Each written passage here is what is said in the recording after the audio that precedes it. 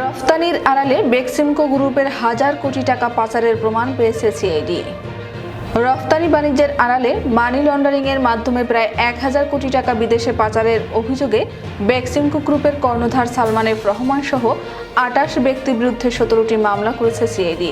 বুধবার সিআইডির হেডকোয়ার্টার্স থেকে পাঠানো এক প্রেস বিজ্ঞপ্তিতে এ তথ্য জানানো হয়। বিজ্ঞপ্তিতে বলা হয়, মানি লন্ডারিং প্রতিরোধ আইন ও বিধি মোতাবেক পরিচালিত সিআইডির অনুসন্ধানে সালমান এফ রহমান এবং তার ভাই এএসএফ রহমানের স্বার্থ সংশ্লিষ্ট বেক্সিমকো গ্রুপের মালিকানাধীন 17টি প্রতিষ্ঠান 2021 থেকে 2024 সাল পর্যন্ত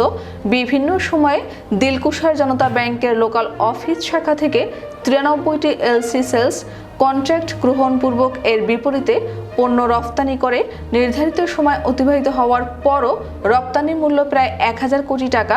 বাংলাদেশে আনায়ন না করে বিদেশে পাচারের প্রাথমিক সত্যতা পাওয়া গেছে। অনুসন্ধানে প্রাপ্ত রেকর্ডপত্র পর্যালোচনায় দেখা যায়, adventure garments limited, Apollo apparels limited, autumn loop apparels limited, Bex Tex garments limited, cosmopolitan apparels limited ও উইন্টার স্প্রিন্ট গার্মেন্টস লিমিটেড সহ একাধিক প্রতিষ্ঠানসমূহের মাধ্যমে প্রায় 1000 কোটি টাকা মূল্যমানের পণ্য সংযুক্ত আরব আমিরাত সহ বিভিন্ন দেশে রপ্তানি করে। বাংলাদেশের বিদ্যমান আইন অনুযায়ী পণ্য রপ্তানি করার পর রপ্তানি মূল্য 4 মাসের মধ্যে প্রত্যাবাসন করার বাধ্যবাধকতা থাকা সত্ত্বেও যথাসময়ে রপ্তানি মূল্য